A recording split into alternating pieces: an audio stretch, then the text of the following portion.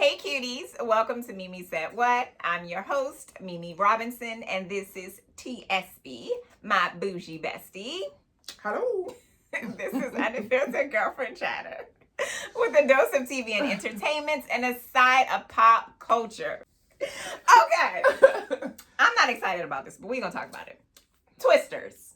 We're getting a new movie. I'm going to watch it. I'm going to watch it too. Called Twisters. And if it sounds familiar, it's because we had a Twister, singular. That came out in 96. And I didn't realize it was that. I know. That's like one of my mother's favorite movies. Jeez, and I love it. My favorite scene is when that big ass cow goes. We got a cow. Across. We got a cow. He's like, it's the same cow. The same cow. So, this is not a sequel. They don't share any of the same characters, which they couldn't because they were a little bit older. Yeah. So that wouldn't work out. The plot isn't the same, but it is another tornado movie. So essentially, it's like a newer version of an old movie. I don't really know too many of the people in there, except for Anthony Ramos. Okay. I know him. I'm about to say, love him. And I know you watched Hamilton a million times. Yeah, I'm a million. Tyler Owens, I don't know who that man is. Mara Tierney. Wow. I knew her face. I didn't know her name. She was Kate's sister and baby mama. Oh, yes. I never knew her name. Took me a minute. So, but what I will say is much like the old Twister, the cinematography is going to be incredible. I'm sure. The action scenes, and just think, the technology that we had in 96, if you could call it that, in 96, compared to the CGI and all the stuff we have in 2024, it's gonna be good. It's gonna be good. So, fun fact: I love natural disaster movies. Really? So, Twister, 2012, The Day After Tomorrow, San Andreas, Volcano. If there is a movie about a natural disaster, you're here for it? I'm going to watch it. First of all, I've never seen any of those movies. And then I'm going to be traumatized about it. You've never seen The Day After Tomorrow? San Andreas with Dwayne The Rock? No, I've heard of all of the movies, but I've never watched them. I wonder if that was intentional. TJ is in it. And we love him. We do. I don't know why. I'm not scared of 2012 them. is not my favorite. Who's in it? Who's in that? Child, I think Danny Glover is in it. Okay. I like me a Danny Glover. What's that child name? She was in Beloved. Never seen it. People often get her confused with Zoe Saldana. What is that lady name? Oh. She don't know titles, but I don't know people's names. Oh. I can see her face, and I can think of things she was in, but I can't think of her name. I always refer to her as frail. She's not really frail, but she was in a Tyler Perry movie. She seems very dainty. She was in that Tyler Perry movie, the one that I can't remember the name of. Was she? That might have been. She was in 2012. Okay, let's put in 2012. I was like, is she in Takers? No, I think that was. I don't know what the hell that is. What? No, not Takers. Taken. One of those. I've never seen it. It's the one with T.I. and Michael Ealy and Chris Brown. I've never seen it. Oh my god. It's a really good movie. Thandie Newton. That's the one.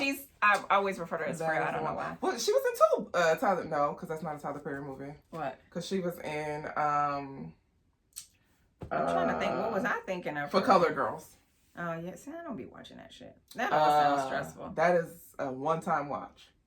Yeah. See, that's a no-time watch for me. One-time. Like Precious. I would never. Never watched. I will never watch it again. Like, it's some shit that you see that you just can't unsee. And I can't unsee that. I never saw Good Deeds. She was in that.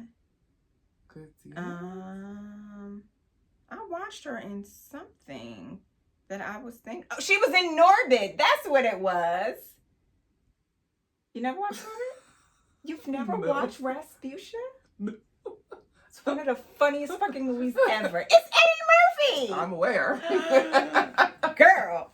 And Marlon Wayans. Okay.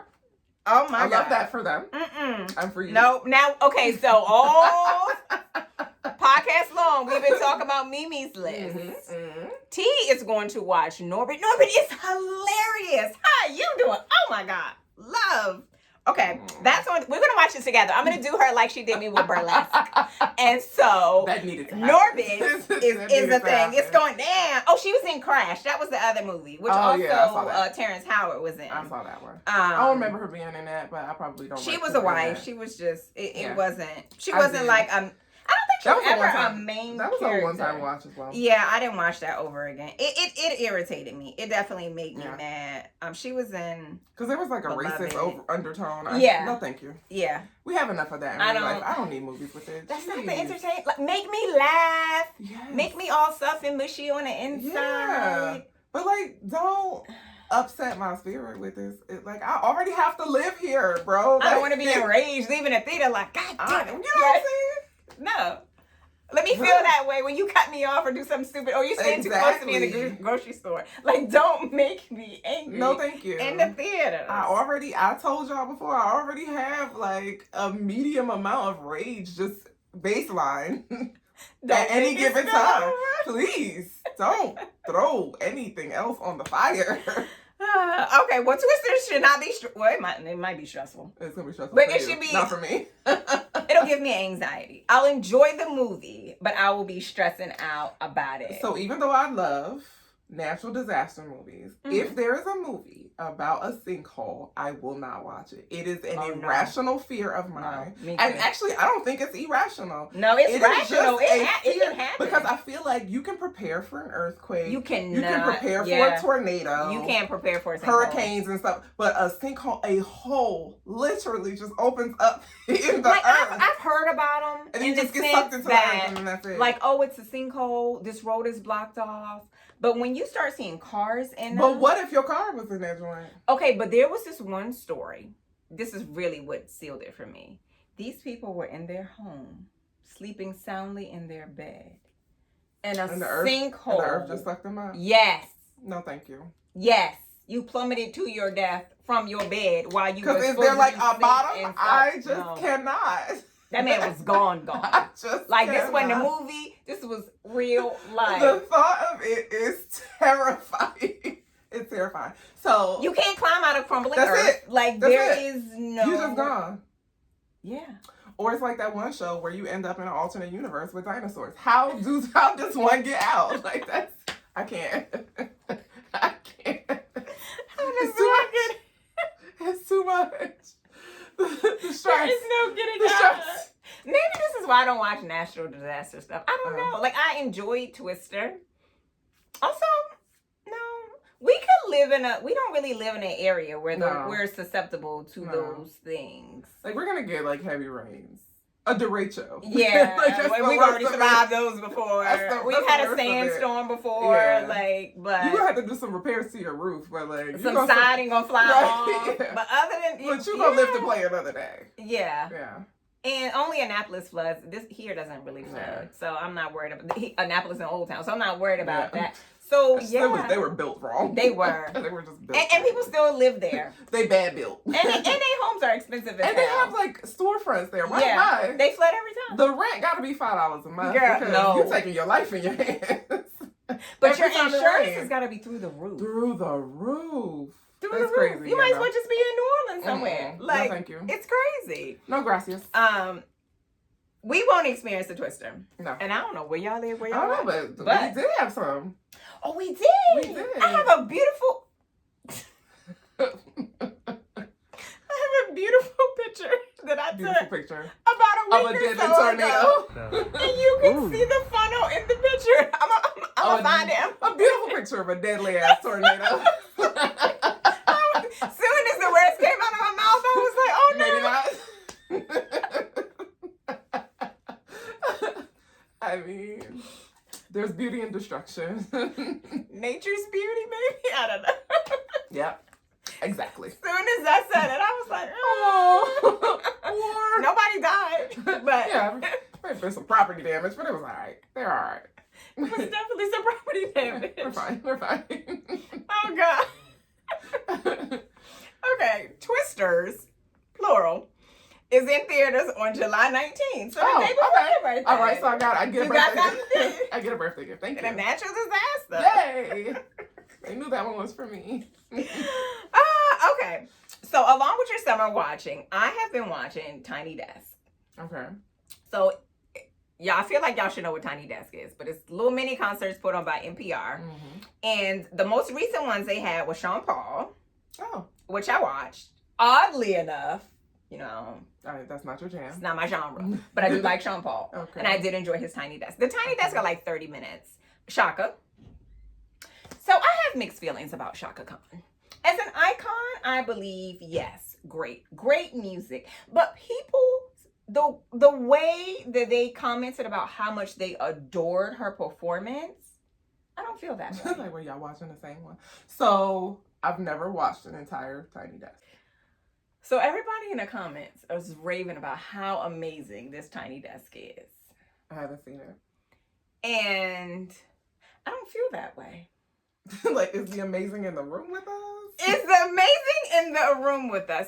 Okay, so I know some stuff about Shaka. I know she used to do the booger sugars and all that stuff, right? Okay, she was that powder. Yeah. I feel like all of them were. She was drinking. She real bad. Hard living. Hard living. But what I've noticed before the Tiny Desk is when she would perform tributes to people or even her own songs, she doesn't appear to know the words. Oh, it's giving Patty. It's giving Patty. Here's the difference, though. Patty will tell you she don't remember the words to her song. We went to see Patty a couple of years ago, and she had her set list, and she has the words on the prompter. Patty, I get it. But when people ask for songs that weren't in her set list, she'd be like, I don't remember the words to that. Which was fine because she was taking requests from the audience. But we would feed her the words and then she'd be like, oh, yeah. And she'll do a little piece for them, right? This was a Tiny Desk. You get to decide the songs you are going to sing. Why didn't you brush up on the words? Now, I'm here for let the audience sing. But there's no audience. Well, there is an audience. It's a little, they had a decent little audience. But you need to know the words. Because when I sing along to your song, I want to sing along to your song while you also sing the words. The audience shouldn't carry your song. I don't like that. I don't want you as a singer to just do the oohs and ahs and the audience. Because I didn't pay for that. Right. I didn't. You better give me a show.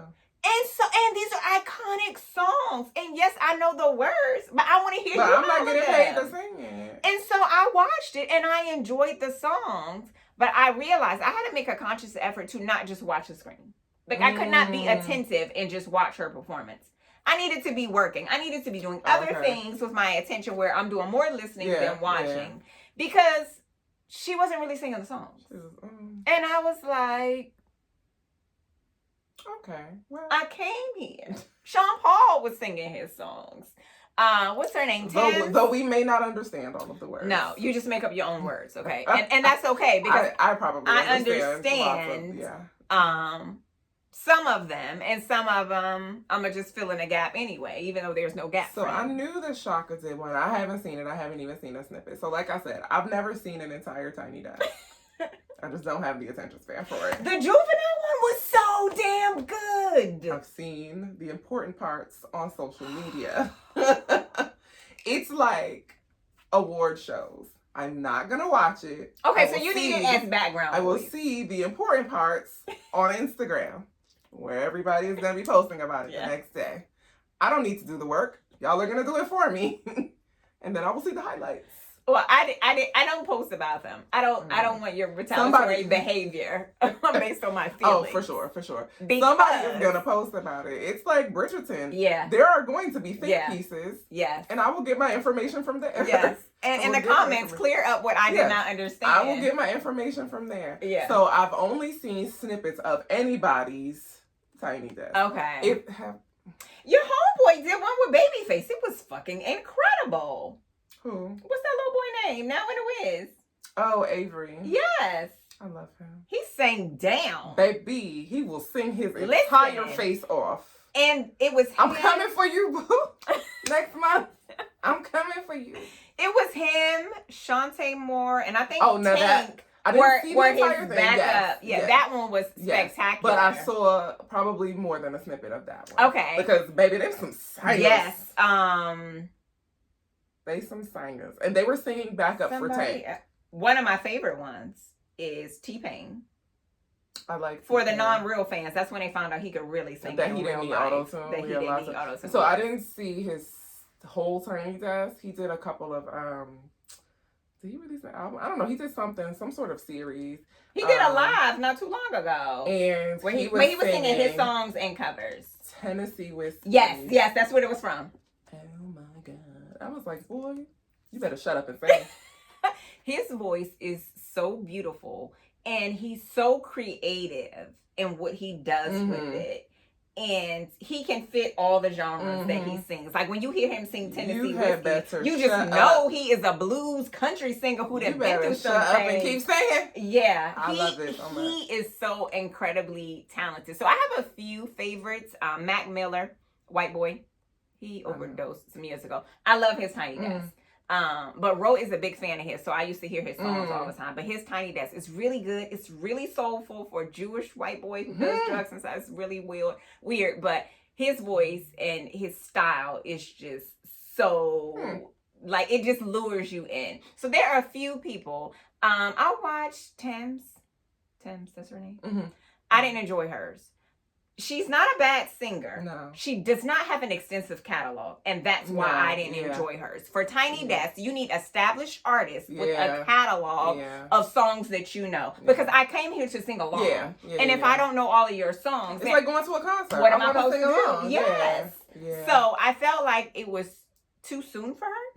They should have let her cook a little longer, become more established in the industry with some songs that we know and sing along. I mean, voice-wise, her voice is beautiful, but after 2 songs, I'm tapped out. What am I supposed to do now for the next 27 minutes?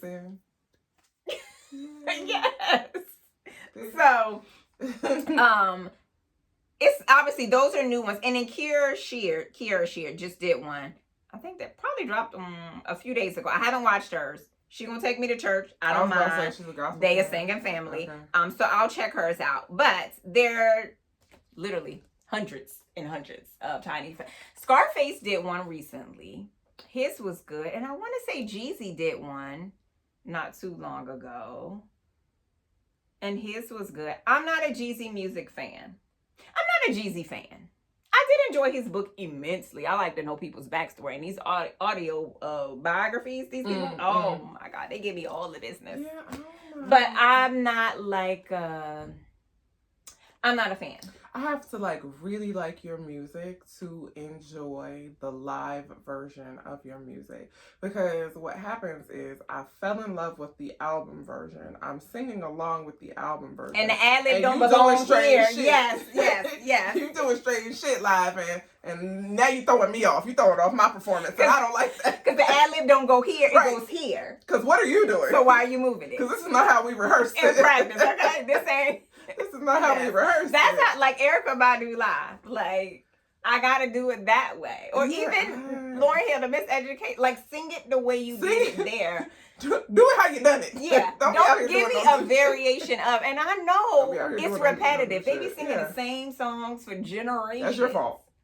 But Fantasia, give it to me the way you did it on an album. When I see so you. we can Don't share get crazy, our pain together. Because this is my moment as well. It's about us. It's not about you. Exactly. So this is a group effort. Okay. Don't play with me. I paid my money for my part. You know what I'm saying? You need to show up. I put in my time. I practiced for this moment. I've been performing in my car for years to this stuff. Don't do me wrong. So ridiculous. Oh God. So ridiculous. Frankie Beverly just did his farewell concert over the weekend. And I was watching a couple of people there, and I felt the same way. Like, he's very old now, which is why this was the farewell. But if you're not going to sing it the way I fell in love with it, just leave it. Like, it was an all-white affair and everything. I had FOMO a tiny bit. I don't know where it was. It might have been.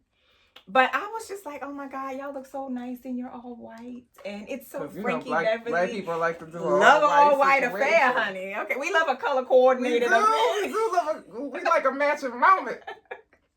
They was out there and they annihilated gators and they lit it and they everything. Was in there and they best Steve Harvey.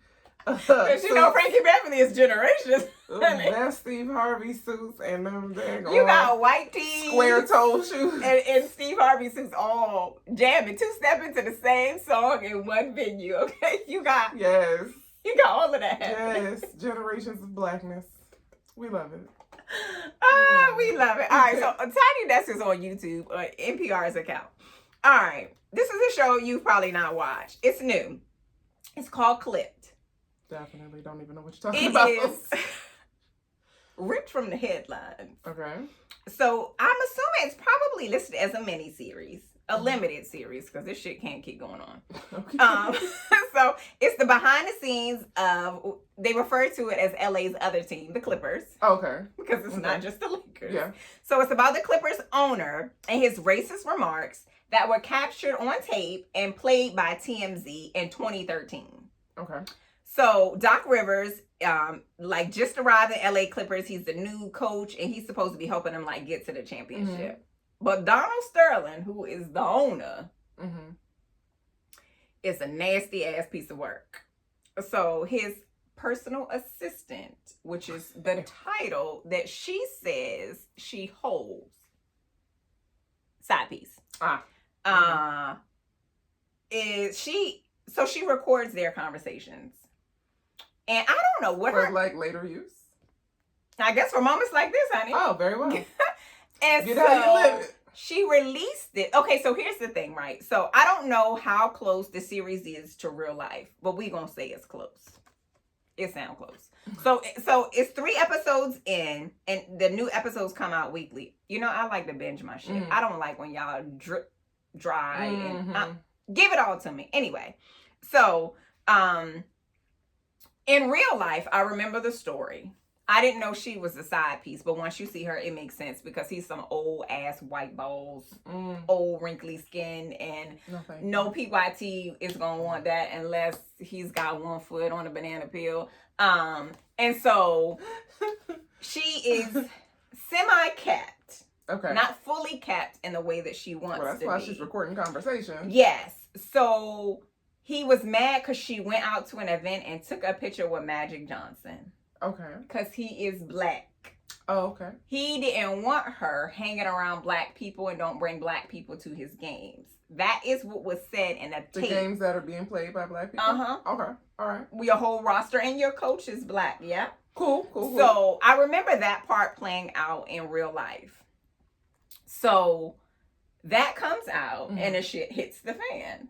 As it should. As it should, because my God, nobody's surprised that you're saying this. The surprise is that she recorded it and put it out. Okay, but he got a wife and he's been with her for 60 years. This man is old as hell. They've been together for 60. If you've been with someone for 60 years, how old are you?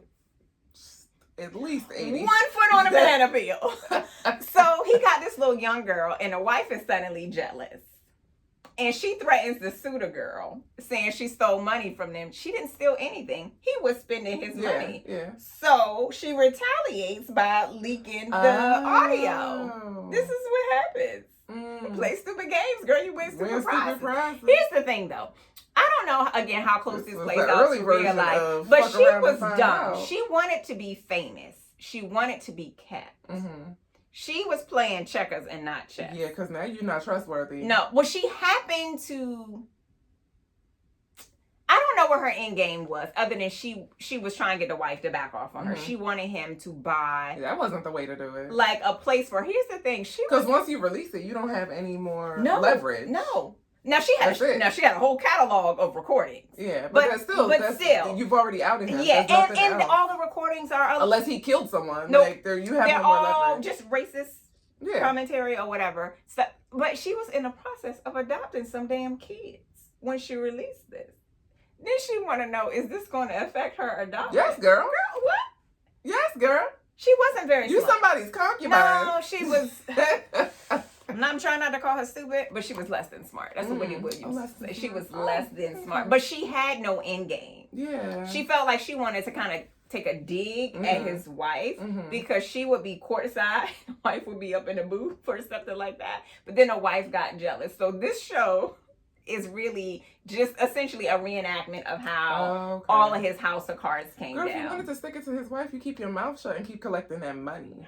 But she was quietly sticking it to her, and I don't know why she didn't just play it out. But she don't know anything. So you have some girls who are strategic, right? They know exactly what they're doing to get what they want. She wanted stuff, but she had no plan. And so she put them out there, and then she was famous, and she like calls the press, and she's like on the front lawn, like having a photo shoot with the press, but you have nothing of worth to say or anything. Listen, and if you're gonna be a hoe, don't be a dumb hoe. Be a smart hoe. She was a stupid bitch. I'm pro hoe, but be a smart hoe. She was dumb. First of all, she's not the wife.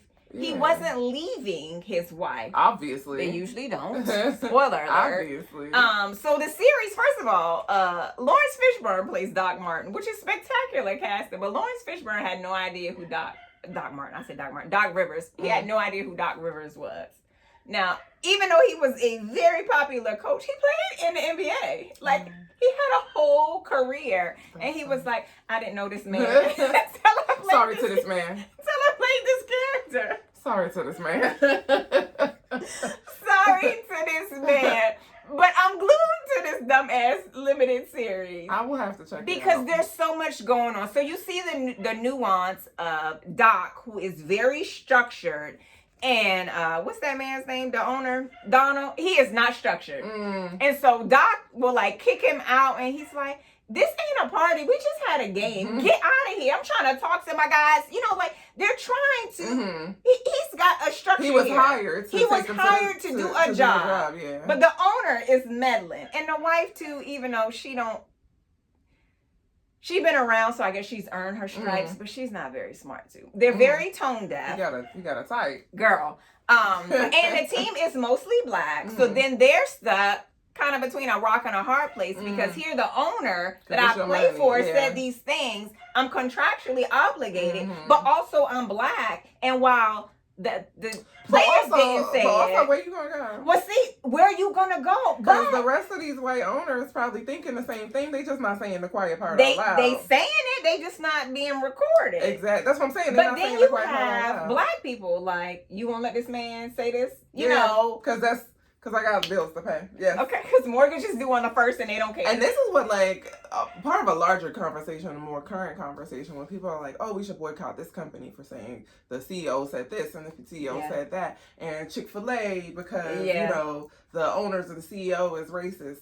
Okay, so if I gave everything that was controlled by a racist, homophobic white man, I would be naked and afraid out here in life and starving. Like that's there's nothing that is not touched, owned, operated by a racist, homophobic, xenophobic white man. Like, sorry, it's just #capitalism. It's where we are. You know what I'm saying? But the other hard part is when you do try and boycott, the owner is at the very top. You're going to ruin the lives of everybody from the bottom. When I go to my local Chick-fil-A, it's black kids there. Yeah. It's queer people there. You know what I'm saying?